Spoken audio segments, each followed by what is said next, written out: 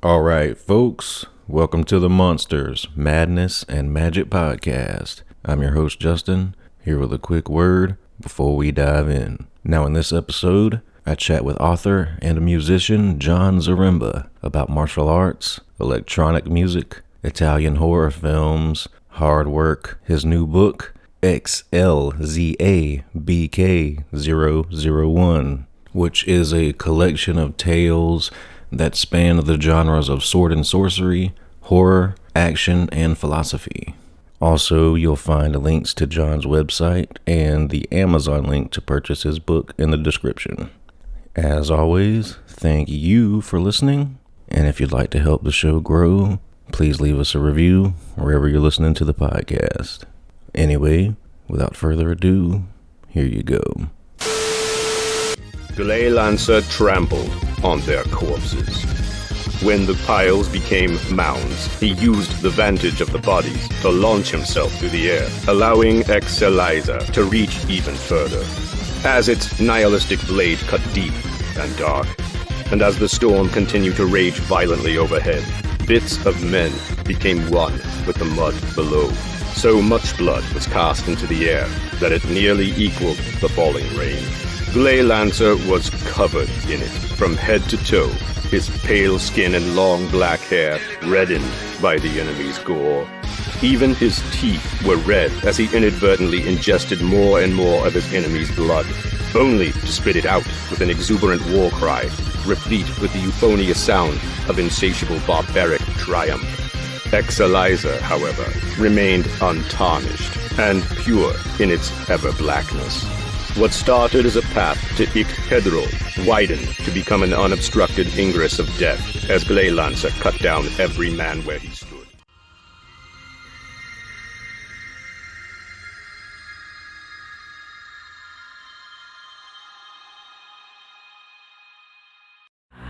Greetings, boils and ghouls. This is your comrade, the Crypt Keeper here, reporting dead from the sanctuary of the strange. Tonight's macabre myth is a fright-filled feature, one overflowing with monsters, madness, and magic.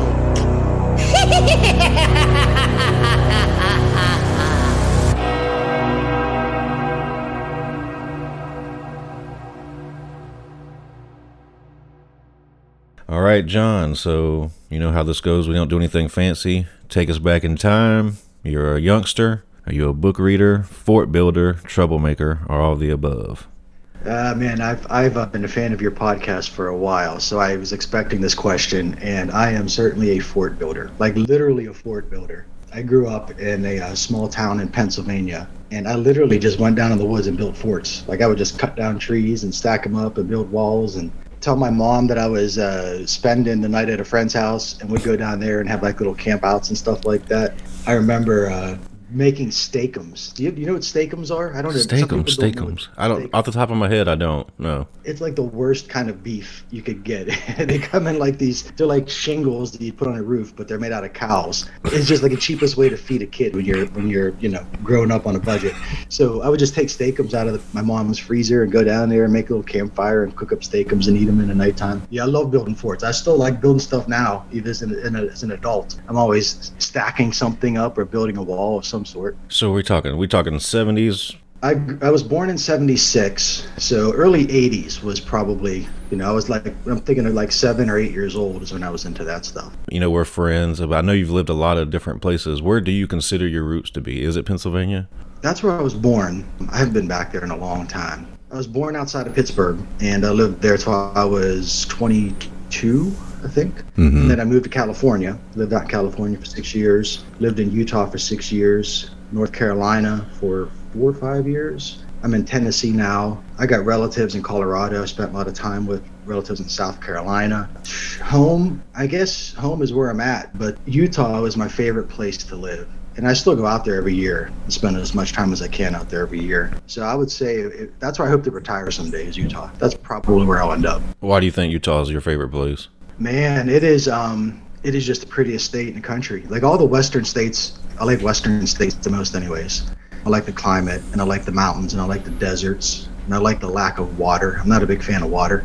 Same. Utah has a good mix of all that stuff. You got mountains, you got desert. But on top of that, dude, you know me, I am not a religious guy. I'm like about as far away from Christianity as you could get. But Mormons are the best neighbors you could have. And they deserve a lot of crap because their mythology is so twisted and weird. But the thing is, like, they don't want to interact with you if you're not part of their tribe. So I lived out there, but here's the thing. So like their mythology tells them they've got to protect their neighbors. So they will guard your house against a break-in, but they won't invite you over for dinner. And that's my ideal thing because I don't like people in the first place. That sounds I great. don't want to go over to some street. Yeah. So the Mormons make it great out there, and it's a generally a safe state. You know, like a lot of people have got guns out there, and usually the places that have the most guns are the safest, legal guns anyways. There's very little crime. A lot of history too. I like the Western lore. Like I'm a big fan of Western movies and stuff like that. And Utah just has a lot of the pioneer stuff. Like a lot of the towns have maintained their pioneer atmosphere. There's a lot of old relics of old homesteads and stuff like that. And I just eat that up all the time. How old were you when you were living out there? In your 20s? Late 20s into early 30s. I'm bad with time. I've been here for 6 years. And I don't even know how old I am. I was born in 76, so I'm like 47, something like that. I think I left Utah around when I was like 37 or 38. Mostly my 30s, I guess. Gotcha. So what were your parents' professions? Were you guys moving around a lot? No. My parents, my dad was he's a smarter version of Homer Simpson. Homer Simpson was the guy at the nuclear plant that just made sure nothing blew up. And that's what my dad did. He retired from a nuclear power plant. My parents were both hardworking parents. They both worked. My dad worked 2 jobs. My mom always worked 1 job. They didn't move around a lot. Like we would take little trips here and there, but I moved to all these places by myself. I tried to be as self-sufficient as possible. I moved out to California because my girlfriend was in California at the time. So I moved out there to be with her, and I went there by myself, just drove across the country, and things didn't work out and went to Utah. And, you know, I still travel all the time. I like to see different parts of the country and experience different. The USA is great because each state got its own thing going on. There's a lot of interesting cultures and diversity in the United States that is fun. But no, my parents, they didn't move around a lot. They're in South Carolina now. They went down there to retire. So John, when you look back to those early years, what are the formative films and TV shows that jump out to you?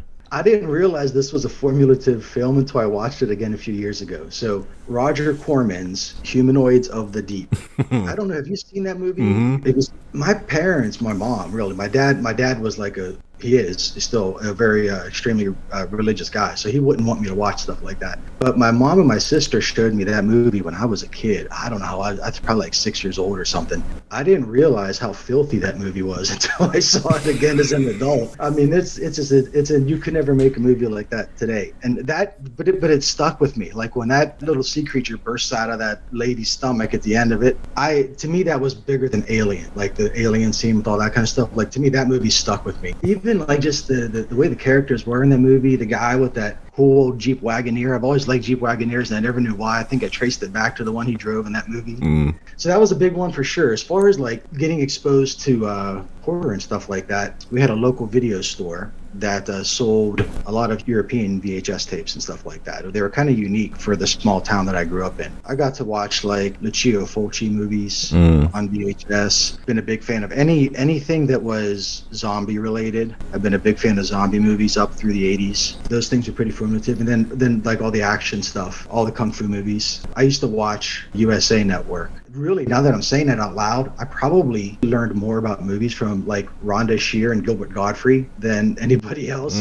because I would watch them every night, and they would have the trauma movies on there. They would have weird, quirky horror movies, and then they had Kung Fu Theater on Sunday mornings. I would watch Kung Fu Theater for a couple hours every Sunday morning. I remember getting the TV guide and like looking to see what's the name of the movie. Oh, it's Monkey Kung Fu. I can't wait. What does a monkey do kung fu for? And I would watch it and I'd freak out. You just mentioned martial arts. Now, I don't recall if we talked about it, but I do remember seeing a video at some sort of competition when you were younger. Were you involved in martial arts back then? Yeah, I was a fan of anything. Again, these are things I reflect on as an adult, but I think the reason I was attracted to martial arts is because it's a beautiful way to kill people. If you're going to kill somebody, you could just walk up to them and stab them. Okay, anybody could do that. A grandmother could do that. But like if you do some elaborate balletic type of technique that just like destroys them. I find that that's the art. With martial arts, I've always leaned much more towards the art than the martial. I've never been a fan of like MMA and jiu-jitsu and all that kind of stuff. I like the stuff that doesn't work in real life.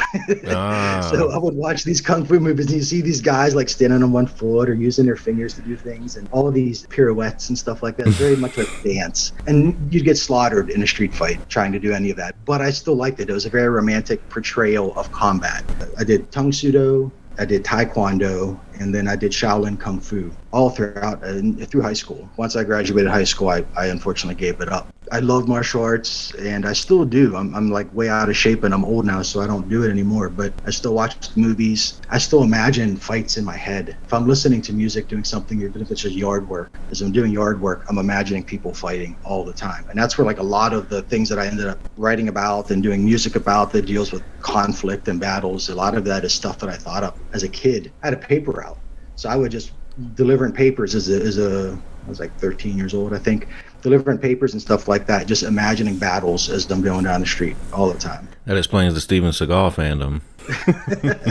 You know what? Above the Law, I think, is a legit good movie. Like, he was great when he started. I think he had a unique way of, he was a guy that took all of that dancey stuff right out of it. Because up until then, even like Van Damme and stuff, Van Damme, none of this stuff in Bloodsport would work in a real fight. At least Steven Seagal brought some bone breaking and some grit to it. Right. So I respected him then, but man, that dude, I don't know. He's really one of the phoniest people out there now. He really just compensating constantly now. It's damn near impressive.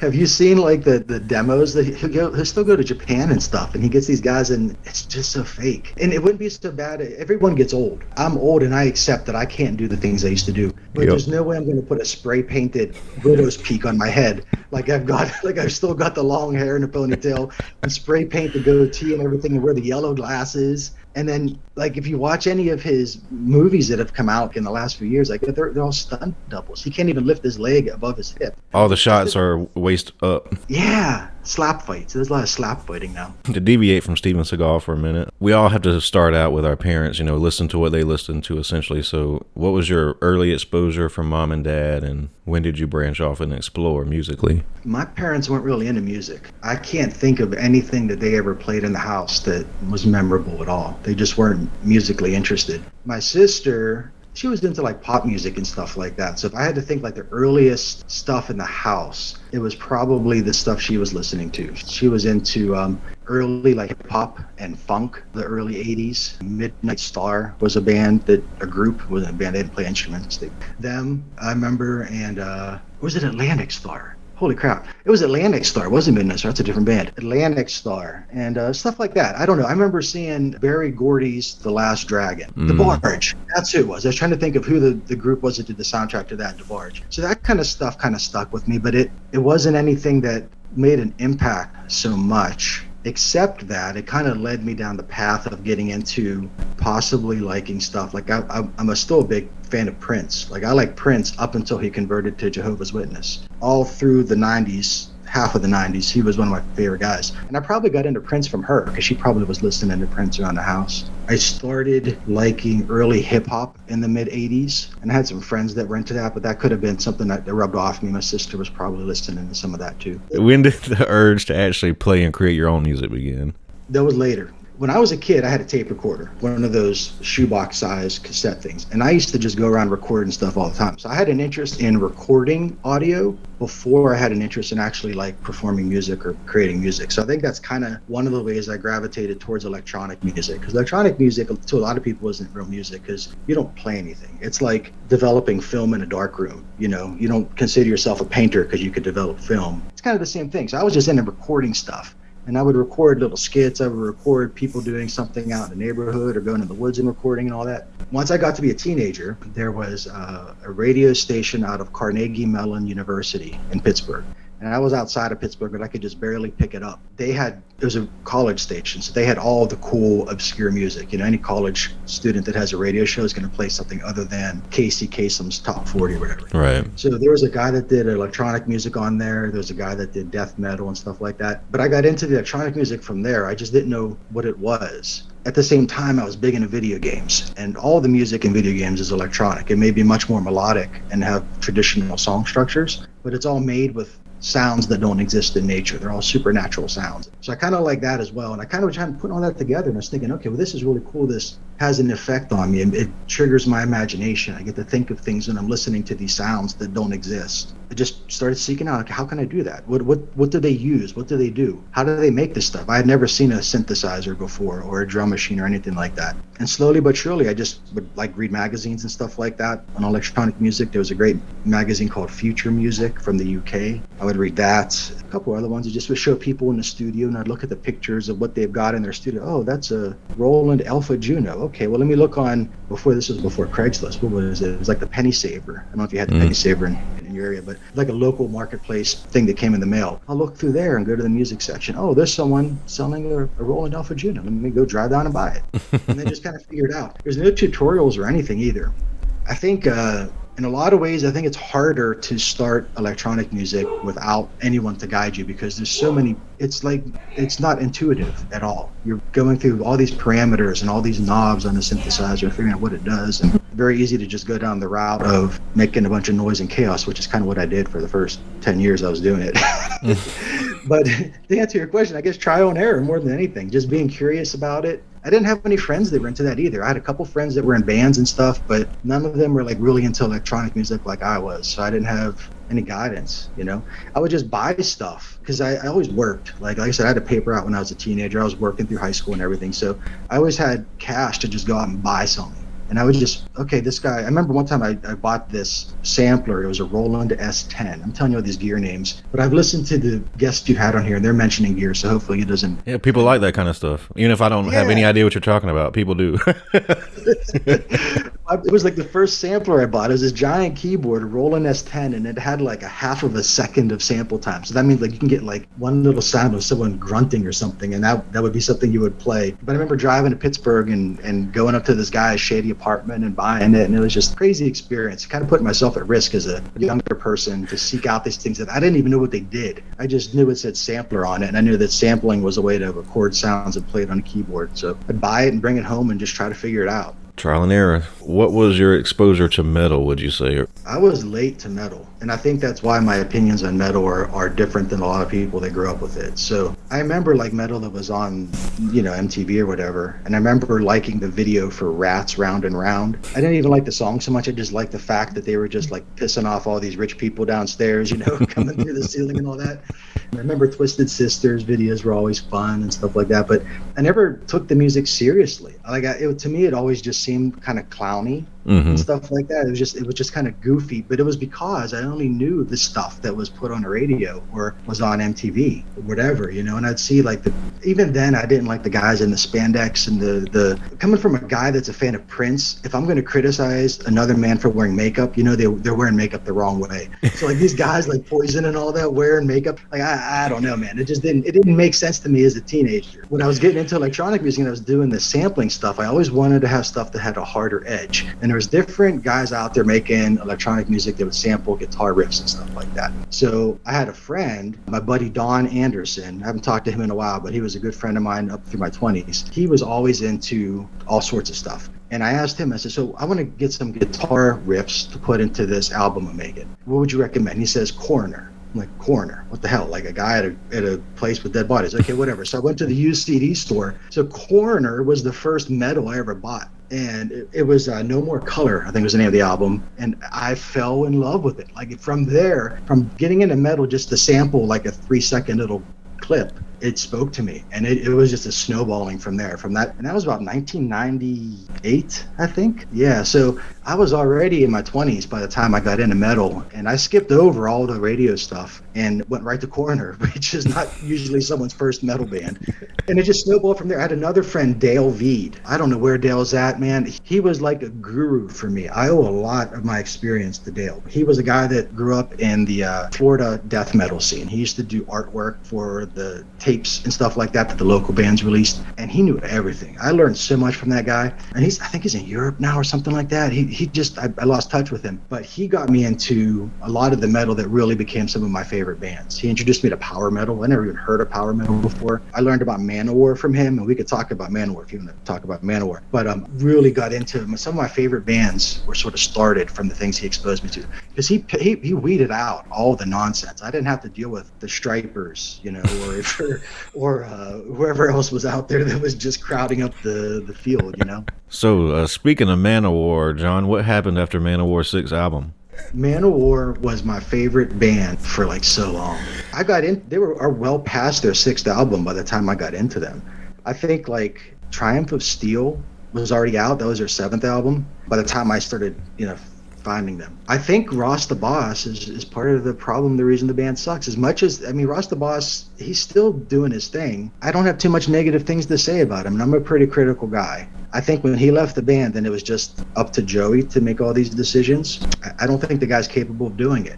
I think he's got a lot of like self-confidence problems, Joey.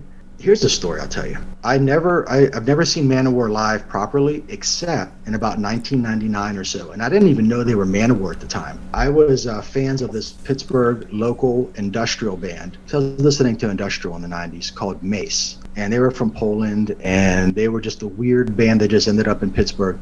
And I went to see Mace, and they were dressed in, in their fishnets and all that kind of stuff, like the 9 Inch Nails guys did. But for whatever reason, they opened for Manowar, and I think this was around the time where Joey was booking local bands that were as opposite from them as possible to open for them, just so the Manowar fans could ridicule them and chase them out. So I went there to see Mace, and they didn't even get through a full set of their music. All the Manowar fans, and I didn't know who Manowar was, all the fans of Manowar were just like calling them, you could imagine the 3-letter F word, right? And we left. Like, I literally got chased out of the club, and I didn't even get to hear Manowar. But when I got into Manowar a couple of years later from then, I started talking to my other industrial friend, Jim Simonik. I really like this metal stuff, and he never liked metal. He was probably wiser about what Manowar was at the time. I like this band Manowar. Did you ever hear of them? He's like, John, we saw Manowar. They're the ones that kicked us out of the club that time. So it's kind of funny. But yeah, Manowar, man, I could talk. They're doing Disney music now, like literally Disney music with female vocals right now. Their last album or last EP that came out, it was like 5 tracks, only which one of them was an actual song. The rest was like these Disney ballads. And then they got the guy from Nitro in there with that stupid wig and his missing upper lip and his pointy nose, playing his like he thinks he could shred, but all he's doing is just playing a bunch of notes in a row. There's got to be some logic to shredding. I'm not a guitar player, but I know well enough to tell. Even David Schenkel. I used to kind of think David Schenkel, when he was in Manowar, was kind of pushing it by just being too noisy and random with his shredding. But compared to the Bateo guy, like at least Schenkel had a flow. He's got like he should be in the Ramones or something. He's got one of his stupid Ramones helmet head things with it, and it's not his hair. His hair is jet black. His hair is blacker than the monitor on this computer. I'm not on camera, so you can't see it, but his hair is as black as night, and he's like in his 70s. And then he puts on these platform shoes. Just the whole costume thing. That's the thing with metal. I get that it's serious, and I am still attracted to it because it's the only serious music out there. All this other music is like too self-aware to be serious, and that's the joy of metal, is that it's not so self-aware. It is a bit aloof. In a good way, aloof towards the right ideals, and I love metal for that. But when you're a grandparent, if my grandfather fought in the Korean War and World War II, if I caught him looking like that Bateo guy, I would just disown the family. I couldn't imagine seeing my grandfather dressed up like that, go into these pathetic countries performing this music that they can't even play in the right key anymore. Because heaven help him, poor Eric Adams had the voice of an angel. That guy was like the best singer ever, and no one can keep their voice forever. It's understandable, but don't like tune down. He can't hit the notes, so they play in the wrong key. The songs are all slower. They don't have any energy anymore. It's just sad. They should have. In retrospect, they should have stopped with Kings of Metal. If Manowar's last album was Kings of Metal, it would have been like the most epic band of all time. They would have a legacy that would have been revered and respected for generations. But Joey's just dragging the band's name through the mud, making a fool of himself. It's sad, and it bothers me because I'm so judgmental towards everything, really, but I'm especially judgmental towards the things that I like the most. The better somebody is at what they create, the higher the standard they need to be held to. Yeah. And Agreed. Manowar they were at the top, man. They were like right up there at the top of my list. And it's not like I'm heartbroken over it. It's just that they deserve to be held to that standard. If I'm really good at something, I want people to hold me to the standard that I'm good at. If I'm not able to meet that standard anymore, I move on to something else. Joey should have moved on to something else. He screws his fans so bad. I never like bought into all their stuff, their merchandise and all that kind of thing, but their reputation was they're the only band that won't shit on their fans. That's like his exact terms. We never shit on our fans. And he shits on them constantly. He can't even play a tour. He cancels every third gig that they're supposed to have. And it's always because he's not getting the money he wants out of it. And they promise releases. There was, we're both fans of like sword and sorcery and music that's intertwined with fiction and stuff like that. Right. Like Bal Sagoth kind of stuff. Joey wanted to do sort of a Bal Sagoth thing based on the Rings of Nibelung, this German fairy tale, I guess you could call it. He promised the fans, this is going to be a 4-part series. I got an entire opera written, and you pre-order the first thing, and it was like 3 tracks. And then he never released anything else after that. He's constantly making promises he doesn't keep. I don't get it, dude. Like, I think being as famous as they are or were is such a privilege that it's that or like getting a real job. And I know it would suck for him to have to get a real job. I understand. And they're probably all families. He likes to pretend like he's single at 70, but he's probably got kids all over the place. He's probably paying child support to all these people, and he's kind of put in a corner. I feel bad for him for that part, but he screwed up because he had a record label, Magic Circle Music, that could have been a profitable record label if he didn't screw over everybody that was on his label. The whole drama with Rhapsody, another favorite band of mine, he screwed over Rhapsody so much that they had to sue him and take him to court to get off of his label. This was, 2005, 2006 or so, right when Rhapsody was like at their peak. They signed to Magic Circle. The thing is, like, Joey wanted to always be the most epic band out there, and Rhapsody's music is epic by nature. You can't, even now, it's kind of hard to find bands that have more epic compositions than Rhapsody. He was kind of intimidated by that, so he would take the orchestration out of the albums, or he would force Luca to turn down his guitars or play less complicated solos and stuff like that, so that they wouldn't outshine Rhapsody. Yeah, it was bad, and they were screwing him on tours. Like, Luca wanted to tour all the time. They took too much of a cut, or whatever they negotiated the cut would be. It wasn't honored that same way, and they were in litigation for years. And Rhapsody got tarnished for like 5 or 6 years. Like, they were kind of a joke. As soon as they broke from Magic Circle and it came out with a couple good albums before they split up, they were like on top again. They were great. And Luca, even the stuff he does now with Fabio, I even like his solo records. I think he's still a fantastic songwriter and musician. Just got bogged down because of Joey and his dyed hair. We did mention radio a bit earlier. I know you're an old school Stern fan. I'm an old school Stern fan. But what about radio drama? You had that Haunted Abbey project with Matthew Knight, Cauldron Born. Folks started listening. Did you enjoy audio dramas or radio plays, stuff like that growing up? Or was that just something you wanted to try with Matt? I never listened to anything like that when I was growing up. I wish I would have been exposed to that kind of stuff. There was an album that I was doing that I needed someone to narrate. So I have a story, Promontory, and it was like my final album. I'm not good at doing that myself, and I wanted someone that was more theatrical and more professional. And another mutual friend of ours, Howie Bentley, I talked to him every day about all sorts of stuff, and he recommended Matt. I had never even heard Eternal Winter at that time. It was one band that just slipped through the cracks. I didn't catch him. I hooked up with Matt, and he did quite a bit of work on Promontory, and that experience was so positive. He and I became friends. Haunted Abbey Mythos, it came as a result of that. Probably primarily his idea on the Haunted Abbey Mythos stuff, because he's way more into weird fiction than I am. He knows a lot. I mean, the first one we did was Clark Ashton Smith. I never even heard of the guy.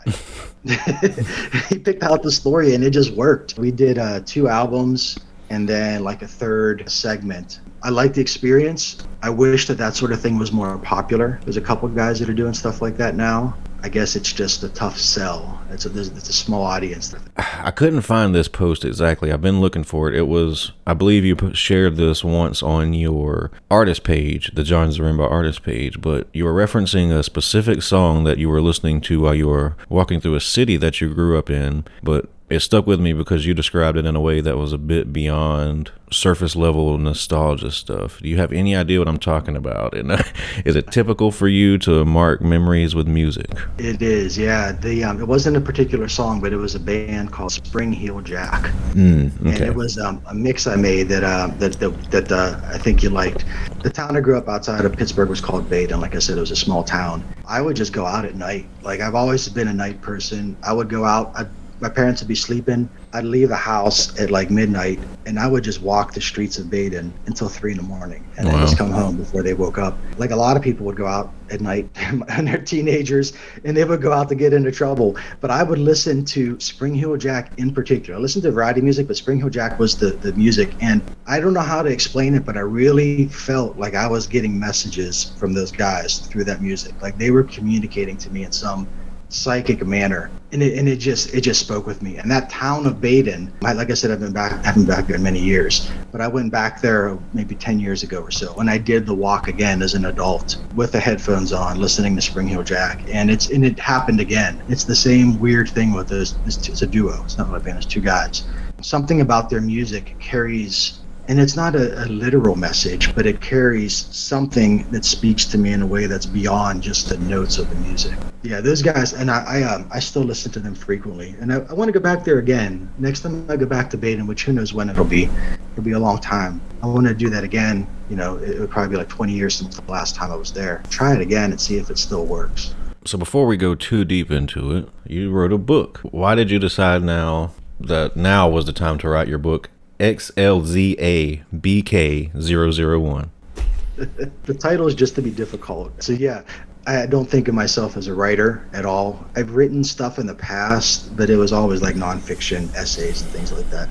Probably, if I was going to be completely intellectually honest, I miss making music. I retired from music in 2017, and I need a creative outlet of some sort. I've got ideas in my head that are constant. I'm a bit of a workaholic. I need to be doing something. Working around the house and doing renovations here just isn't cutting it on a creative scale. So I needed to have some way to get my ideas out there and get my opinions out there and create some sort of art. And writing seemed like a way to do that. It was a way to test it if I was good at it enough without like a huge investment. You know what I mean? Like, yeah. If you try to if you want to be like a welder or something, to get started welding, it's going to be thousands of dollars and equipment and classes and all that kind of stuff. Writing, I mean, I could do it anywhere. I gave it a shot. Like I said, the final album I did was Promontory, which was a short story I wrote for that album. I still thought it was all right. And I thought, okay, well, let me just try taking the things that were in other bits of music I recorded and translating that into a story. It's kind of what I did. I did it just for myself, honestly. It was just like nobody that makes any kind of interesting fiction makes money off of it, you know. Yeah. The best of us, you know. Yeah. And speaking to the choir, I guess probably anyone listening to this that's a writer doesn't make money off of it. So I just had to do it to get it out. Like I said, when I was a younger person doing paper routes and stuff and imagining these battles, the sequence of those battles remained the same. So I would imagine the fight sequences the same way every time I did my paper route, and they became ingrained. When I got older and I stopped having a paper route, I was really into fitness. I would jog, I would run, I would hike and all that kind of stuff, always with headphones on and always imagining these different fight sequences. So these things were stuck in my head. When I was living in California, I thought, foolishly, well, this is the place where movies happen, right? So I could just go make a movie, and I could find someone to film these battles and stuff like that. How hard could it be? And of course that didn't work out. It didn't get started. But I still had these things in my head that no one else has ever experienced. So I thought with especially the stories of this last book here, most of the sequences in those, the action sequences in particular, are just transcriptions of the things I was imagining when I was younger, combined with the things I was feeling when I was making the music that corresponds to those particular stories. With writing specifically, what does your process look like? Do you outline heavy, or do you sit down and let things flow and then fix it later? I've outlined everything in this one. I'm a bit of a freak. I outline everything. I just built a chain link fence, and I outlined the process of doing that. So like, it's probably a good thing. Yeah, I guess it is, but I think that's reflected in my style of writing though too. My writing is choppy. Like, it's not. I've never read a lot of authors until the last few months, and even if I don't like the stories they tell, I'm astonished by the technique they use to tell those stories. The way that these guys can write something that flows and feels poetic and feels natural and is awe-inspiring just with the language they use. So I outline everything probably to a fault, where I'll stick to it. I won't, if I outline it, even if it doesn't feel like it's necessarily the best thing for the story, I've got some weird defect in my brain where I'll stick to the outline anyways, because that's the way it was conceived, and it's like dishonorable to break that conceiving. I'll write out everything, the character names, what's happening in a certain sequence, and I very seldomly change any of that as I'm doing it. Well, you just said the title was to be difficult, but tell us a bit about the title itself. XLZABK001. Give us the scoop. What's the meaning there? All right. Well, it's not a deep meaning. I think the stories have deep meanings, but the title is deliberately not deep at all. It's Exeliza, abbreviated. XLZ is Exeliza, BK is book, and 001 is the first book. So all the music I released, all the self-released stuff, there was catalog numbers. So like an album would be XLZA CD 012 or something if it was like the 12th one. So this is just the first book that I've released. Exeliza has been like the name of my own record label, if you want to call it that. And it's Exeliza is the name of the sword from the story Einhander. The term Exeliza comes from a video game called Thunder Force 2 for the Sega Genesis or Mega Drive if you're in Europe. Something I haven't talked about too much, but man, those 2D side-scrolling shooters. If you think of, if you may be more familiar with like R-Type or Life Force, those games, man, they had a huge influence on me. The music especially. But there's a little, the ship's name was Exeliza from Thunder Force 2. So I kind of picked that up. It's got the word Excel in it, and I like the fact that it's got a positive word in it. Exeliza was the name of the ship. And then the logo that you see on the cover of the book, the logo that I put on jewelry and everything else, that's a rendering of the little device that the Exeliza ship has. So as it's fighting enemies, it's got this little drone that spins around and deflects bullets and powers up and stuff like that. It's just a two-dimensional rendering of that thing from the game. So not very deep at all, but it's just something I picked out when I was younger and I stuck with it. And that's why the book is called that. But it's also called that because everybody else's book out there in the sword and sorcery or speculative fiction or horror, man, they've got these elaborate titles. And I get why they do that. I like that at a time, but you're all just copying each other now. It's just like too much of the same. And I'm not really from that world, so I wanted to make it different. I wanted it to stand out, and I wanted people to look at it and not even know what the stories were about in the inside, because the cover is very avant-garde. It doesn't have any direct meaning to the story so much, and I want to appeal to people that are just generally curious. I would like someone to read my book who, like myself, doesn't have any experience with a lot of the authors that have influenced other people that are writing today. People that might not even read fiction. I think there's a lot to be gained from the book for people that aren't even fiction readers in the first place. So I gave it that title just to be difficult and to separate it. Also because, man, a lot of the electronic music I listen to, they've got weird titles like that all the time anyways. So it's kind of an ode to some of that obscure Warp Records and Aphex Twin and Square Pusher kind of stuff. You said you don't like to read often, so with the genres that you specifically touch on in the book, you know, sword and sorcery, horror, action, what are some examples of the influences you do pull from in those genres? Was it films or? Mostly film and music. The only author that I still come back to, and I just identify with, is Carl Edward Wagner. His Kane series, the character of Kane and the way that Carl wrote him is like it's a Zaremba kind of a thing. Like there's just something about that works for me. So I think people that are familiar with Kane can see similarities in some of the other characters in the stories I've got. But really beyond that, it's movies. It's movies and music more than anything else. I write in a lot of ways that is visual from like if I was a director. It's almost like you could probably take some of my stories and easily make them into a script because of the way I write. I'm not saying that's a virtue or not, but it's my personality. So yeah, a lot of films, a lot of martial arts films, a couple of good sword and sorcery films that were out there. There's so much noise in those 80s sword and sorcery movies are mostly pretty awful. First Deathstalker movie was like one of my favorites. Man, Deathstalker was great. Of course, Conan was great. And then all the crazy martial arts movies and all the European horror movies that I got into as well. There's a lot of influence in that. A little bit inside, there's a series of stories from my album Vade. It was a double album of horror themed music. The protagonist from the Vade story, the main story, was basically lifted from Knights of Terror was the movie, but Peter Barker was the actor. But what the hell was his name in the Knights of Terror? Do you know the movie Knights of Terror? I don't know. I'm drawing a blank on it. It was Armando Osorio, so how you say his last name, is the guy that made it. It was a Spanish zombie movie, and there was this weird little freak of a adult that played the role of a child in it. His name may have been Peter in the movie as well, but Peter Barker was the name of the actor anyways. The character from Vade is based right from that. In fact, I even did an homage to his relationship with his mom. Like, there's a scene in the movie where Peter Barker, his character, goes, "Mama, Mama," and then like he's a zombie, so he bites off her nipple. Of course, he wants to breastfeed as an adult. There's a whole layer of like filth in that story, but like his relationship with his mom was something I tried to pay an homage to in the Vade story. So things like that are what influenced me more than. I've been reading a lot in the last few months, but up until this book, I haven't really read much of anything. Well, you did say, like, while you were reading in preparation to write, you noticed that even though you hadn't read Michael Moorcock before, you noticed similarities between Eliza and Stormbringer. I think that's a good sign, but that's a bit odd, don't you think? What do you attribute that to? Were you shocked at how similar the swords were? I guess I was, yeah. The thing is that I remember, like I told you, I'm good friends with Howie Bentley, and I would bounce ideas off of him all the time. And as I was writing that, I described the sword that I wanted to put in the story. And I remember having a conversation like, I don't want to be derivative of this. This is how the sword works. It's solid black. It's not made out of any known metal. It devours what it touches. It's a sword of entropy. It's a sword of nihilism. Has that been done before? And he's like, yeah, it's been done like by 10 other people.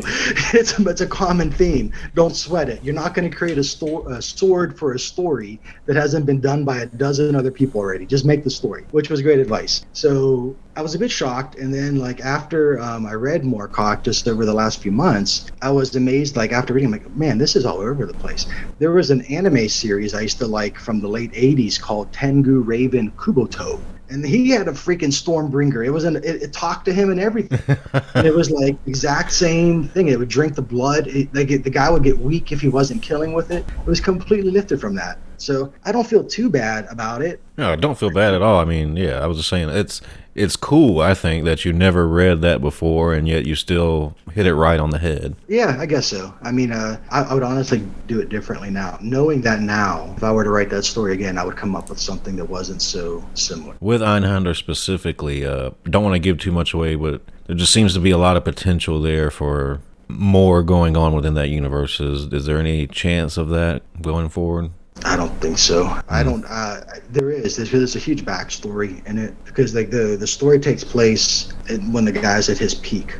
So everything that led up to him reaching that peak, there could be dozens of books probably made from all that if I really wanted to do it. But I don't because Einhander is one of those stories that I imagined, when I was 12, 13 years old. Like it's almost literally that. And once I got into metal, there was it solidified that story in my brain in such a way it's done. Like it's a one and done.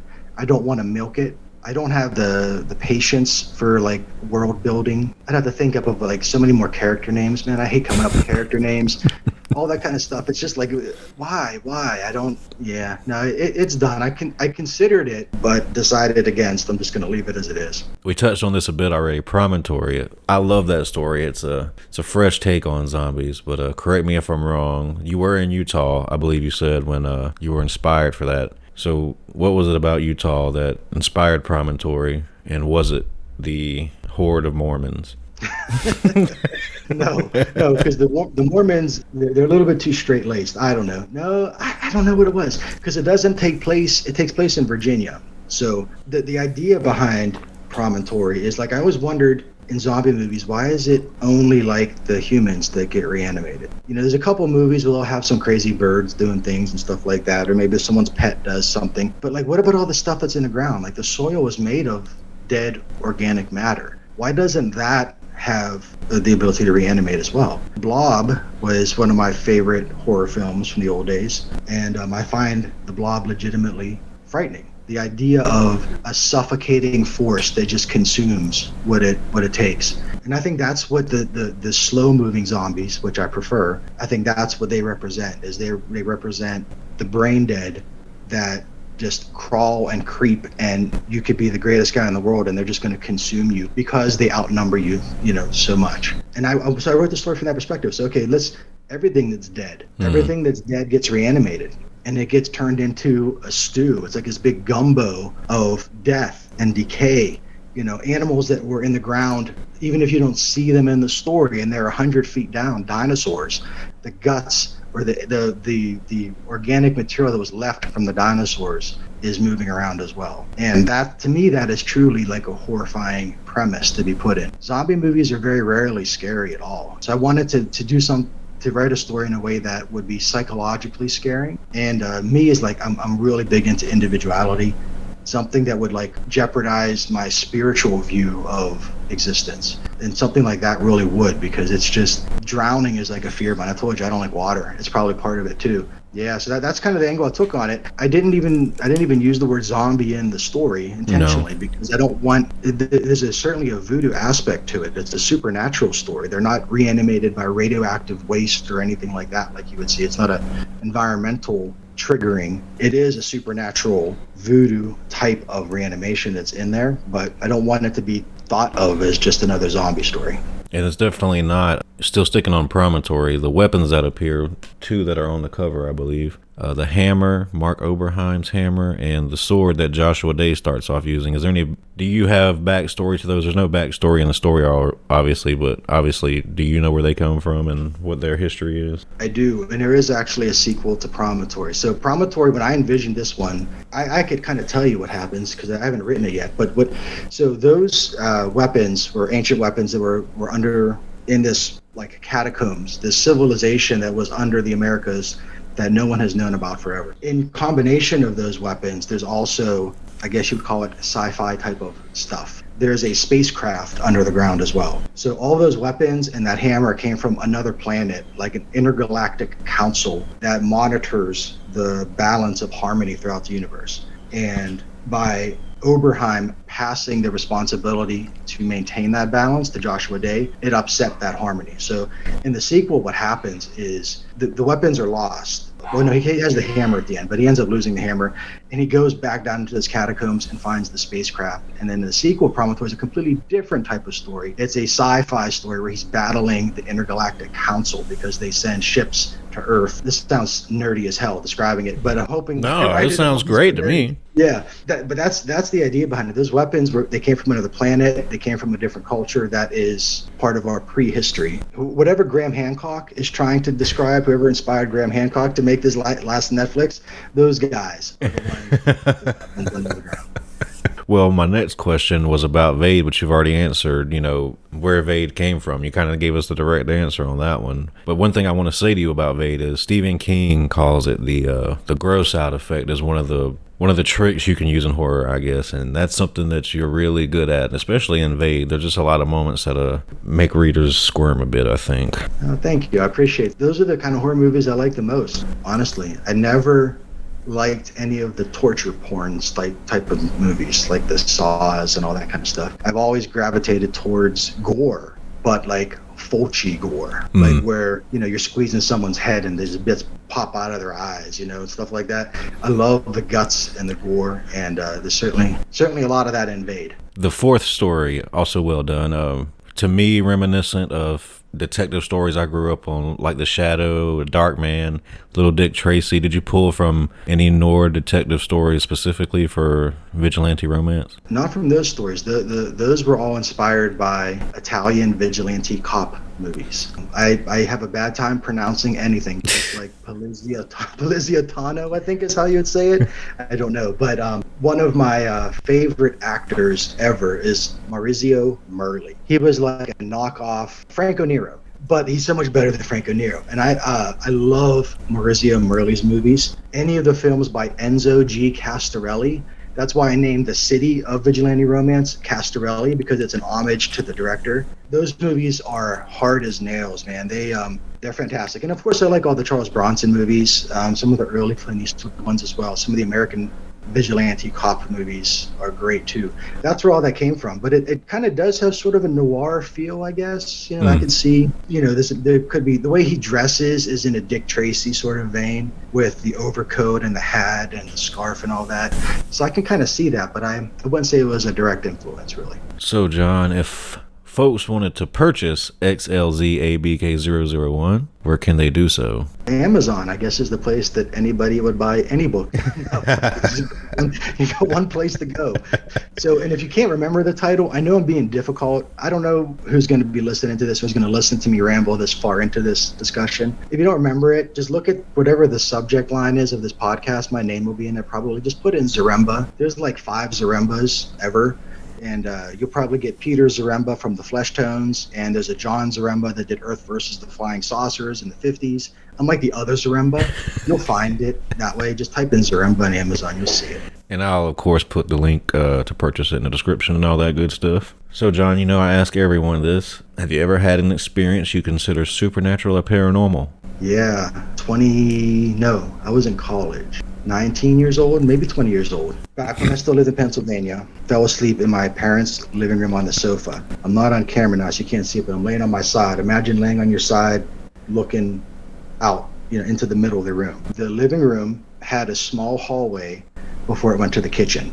In that small hallway, there were steps that would go down into the basement. So I don't know why, I fell asleep, and several hours later, I woke up, my eyes opened, fixated on a figure standing right in that small hallway by the top of those steps. It was a silhouette. People would probably call it a shadow person. I used to listen to Art Bell all the time, and he would call it a shadow person. It was tall as an adult, and it either had its arms crossed in front of it, like it was standing there looking at me impatiently, or it was cradling something in its arms. I couldn't tell. I only looked at it for, it could have just been a few seconds. And it had something there, or its arms were crossed in front of it. And it was silhouetted by there's a small light in the kitchen behind it on the other side of that little hall. And I was struck with terror. Like, I've had an interest in this stuff for as long as I can remember. And I always said, if I ever see something supernatural, I'm going to talk to it. Like, I'm just going to, inexplicably, I couldn't tell you why, I was scareder than I'd ever been before. As soon as I realized that there was something there that wasn't right, I rolled over and I put my face towards the back of the sofa, so I couldn't see it anymore. And I kept my eyes closed, and I just felt something right over top of me. And I was too scared to look up and turn around and look and see what was there. But there was something that was cold, like just bearing down on my back of my shoulders and stuff like that. And I stayed there until that feeling went away. And then I, very slowly looked up and made sure there was nothing there. And I ran upstairs and went to my bedroom and fell asleep. That freaked me out terribly. And I was afraid to sleep on that sofa for the longest time. I didn't tell my parents about what I saw until, I don't know, it could have been a year or two later.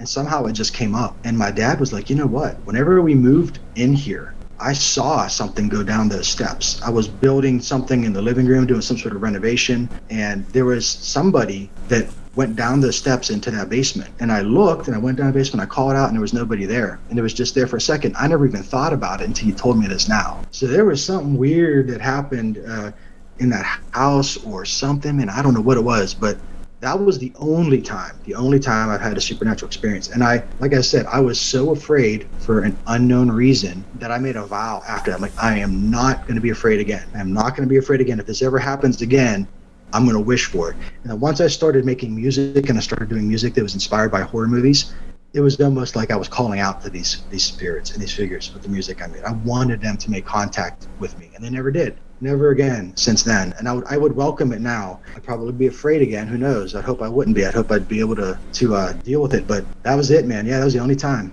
Shit, man. That's quite a time. You gave me chills with that story. Have you listened to Coast to Coast since Art Bell died? A George Norrie fan at all? No, not so much. I kind of didn't like George Norrie when he was filling in for Art back like in the early 2000s. I think he's a nice guy. He's got a nice mustache. I think he means well. His voice didn't work for me. Art conjured this atmosphere, man. He could be talking about anything, and his voice, and he was always in the high desert. I didn't even know what the high desert was. I'm like, man, what does that mean? Is he like on drugs in the desert? Is he high in the desert, or is he on some plateau somewhere? Like, what does that mean? And then then he was doing it like from the Philippines or something. There was just something about his persona on that show. I mean, he was a star. You talk about someone who was made to do something. Yeah. Art Bell was made to do that. And then when George Norrie took over, even though he was trying his best, it was just like the era's over. And George Norrie also came around at the same time, like the History Channel and all these things came out, and they just ruined all of that. There was just so much saturation on TV with these fake monster hunting shows and all this kind of stuff. You're just like, you know what? I got other things to do now. I can't get into this. You can't really match Art Bell's smoker voice. You got to get cancer to get that kind of that depth. You know what? I would say it was worth. I'm glad he got cancer. I will say that here. I am glad he got cancer, because if it wasn't for his smoker voice, he may not have been the star that he was. I got to tell you the story about Moby. So, like I told you, I was getting into synthesizers and stuff in the late '90s, early '90s, mid '90s, around that era, and I decided I want to try to build these things, because I used to get to like Radio Shack and you can get electronic kits to build these weird little gadgets and stuff like that. So I started learning kind of how to put circuit boards together, and I would get like an old Casio keyboard and use a keyboard from that. And I was building synthesizers. I wanted to build one for Moby, and I wanted him to use it on an album. And this was just around the time, like 1995, 96 or so, where the internet was new. And these guys would talk to you. But you can't get Moby to talk to you on the internet now. So I reached out to him. I built this synthesizer, and he was living in New York at the time, and I sent it to him. I actually got the guy's address, believe it or not. I'm assuming it may not have been his personal address, but he gave me an address, and I sent it to him. And the dude used it on an album. The album was Everything Is Wrong. It came out in 96, 97 or something like that. And he used it, and I was like honored, man. I built something that Moby used on an album. I got to thank this guy. So I built that was a prototype that he used. So I built another one that was very similar to that. And I'm like, I got to go to New York, and I got to get Moby to sign this synthesizer, because I want his signature on it. This is something that I made for him, that contributed towards his artwork, towards his productivity. So Moby was doing a fan signing at a bookstore, because he was always into books and stuff like that. So I waited in line. I felt like an idiot, carrying this big synthesizer, waiting in line with all these people, waiting to finally get to see Moby to get him to sign it. I don't know. I could have been there for an hour, and I don't like people as it is. Now these people were annoying me. I finally get up to the front. Dude, Moby was like, I don't know what he was on. He could have been drunk, but I think he was on like ecstasy or something like that. He didn't know who I was. He didn't recognize the synthesizer or anything like that. And I asked him, "Can you sign it?" And he's like, I don't have anything to sign it with. But then he got out like some soy sauce, and he spilled soy sauce all over the synthesizer and ruined it. Completely destroyed this work of art. The thing that contributed towards his album, he was too stupid and mental to know what it was that I was bringing to him. And I was heartbroken. Soy sauce. So yeah, he just had a big bucket of soy sauce on his table. I don't know what he's doing with all that, but he spilt it all over the keyboard and everything like that, and he ruined it. The thing that I made for him, he should have thanked me. He should have set up a private meeting with me, knowing that I was coming to New York to meet with me to discuss the synthesizer that I contributed. I mean, the album wouldn't have been as good without it, and he just destroyed it. Can you believe that? Have you ever heard of anyone doing anything like that? Like any other artist that was like so drunk or so idiotic that they ruined the thing that somebody contributed to them? It would be horrible if there were a parallel to that story in the fantasy world. It's got to be one in a million. That's got to be one in a million that happened. But Moby's on my enemies list ever since then. There's Moby, there's Penn Jillette. Penn Jillette's on my enemies list. And David Carradine, even though he's dead, he's still in my enemies list. Tarantino, too, I forgot. Moby, Tarantino, Penn Jillette is a new addition. And then David Carradine, rest in pieces. If I ever get Tarantino, I'll let him know he's on the list. Oh, man, I would love to talk to that guy. I can't stand him. You know what it is about Tarantino is that he likes all the same stuff as me, and he ruins it. Those Italian cop movies, he just bastardizes the plots from those movies and all, but he rips everybody off. But he rips it off in such a sassy, dialogue-heavy, hey, man, I'm cool. I'm the guy that worked at a video store. Now I'm a millionaire. Like, he does that. He just taints it and bastardizes all the things that I love. And I really like him. His movies are unwatchable. I don't know why he is so, this Mountain Dew is really working. I don't know why he is so popular of an artist. And he got started with a budget, too. Like Reservoir Dogs, I know it was a low-budget movie for the time, but even still, like most people's they have a student film behind them or something. I pass. He knew somebody. He's from some family with somebody. Somebody opened up the doors to him, sight unseen, and gave him a ticket. Yeah, and there's other guys from that era. Like I'll give another example. Robert Rodriguez. I'm not a big fan of his new movies, but man, El Mariachi was a fantastic movie. Desperado was a fantastic movie. He didn't get a pass. That guy had to work his way up. Another golden child from that era is like M. Night Shyamalan. Not a fan of him either, but he started out from the ground up and he worked his way through it. Tarantino didn't work. He didn't play bars. He just got right up to Madison Square Garden somehow. John, to put a bow on everything here, what's the best life advice you've received and who gave it to you? Man, that's a tough question. The best life advice I received. I don't know if I've ever had any good life advice. I mean, really, my parents were good parents. I wouldn't have any ill things to say about them growing up, but I can't really say. Wait, no, I'll take that back. Work ethic. My parents never said you got to work hard for what you want. They never told me that. So it wasn't advice, but they demonstrated it. My dad always worked. My mom always worked. I came home to an empty house. I was what they call a latchkey kid in the 80s. You didn't have a kid coming home to an empty house nowadays, but I did. I think the fact that they were always working instilled the ability for me to work for whatever I want as well, and to be self-sufficient about it. Coming home to an empty house forced me to be self-sufficient. I had to make my own food. I had to entertain myself. I had to play with Legos and set things up, and so that would be it. Yeah, they demonstrated it. It wasn't advice, like they didn't think about it as advice, but just by the way that they lived, they demonstrated a good work ethic for me. All right, John, just to wrap up and close the book here, what's on the horizon for you creatively, if anything, and where can people find you? I'm going to start the second book once it gets too hot to be outside. I'm in Tennessee right now. I know you're in a pretty hot part of the country as well. I got about another month before the bugs get to me and I got to come inside. So I'll start writing probably like in May or June. The next book, it'll take me forever. I'm slow. I don't enjoy the process. It'll probably be years. And it's not years because I'm working on it every day either. It's years because I'll work on it, then I won't touch it for a couple months.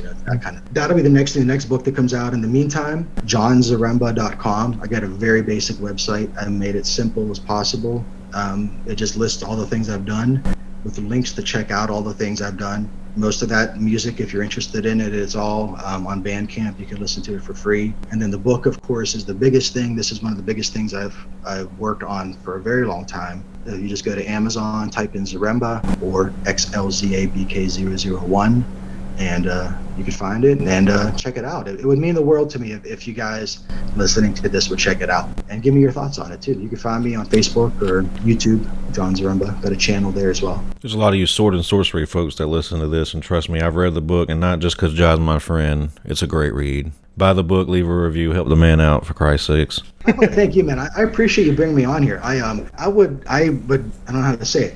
I appreciate it a ton because I haven't had as many opportunities to do this kind of stuff, to get this kind of exposure. I said the same thing to Dave Ritzlin when he did a little feature on me for DMR Books' website, and that means a lot to me. So it means a lot to me for you as well. I appreciate you as a friend, but I appreciate you bringing me on here to let me yap and be a bit obnoxious for a while. I appreciate you too, man, and thank you for sending me a copy of the book. I enjoyed it. It's fun talking to you, and we'll have to do it again when you get that second one out. Thanks, Justin. I appreciate it. All right, folks, that's a wrap. I hope you enjoyed that chat with John. As always, thanks for listening, and we'll see you back next time. Monsters, madness, and magic.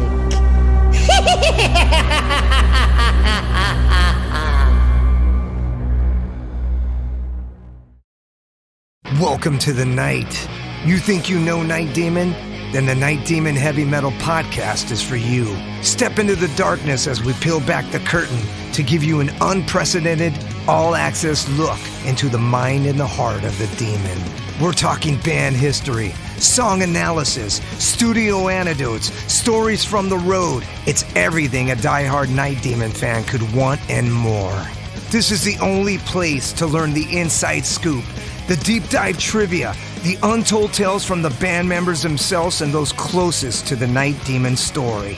Need more? The Sacred Night Demon Crypt will be pried open to reveal demo recordings that have never before seen the light of day, all with in-depth commentary by the band and the people who were there for the writing and recording process. This is a gold mine, a treasure trove of all things Night Demon. Head over to nightdemon.net or wherever you listen to podcasts. Listen to podcasts.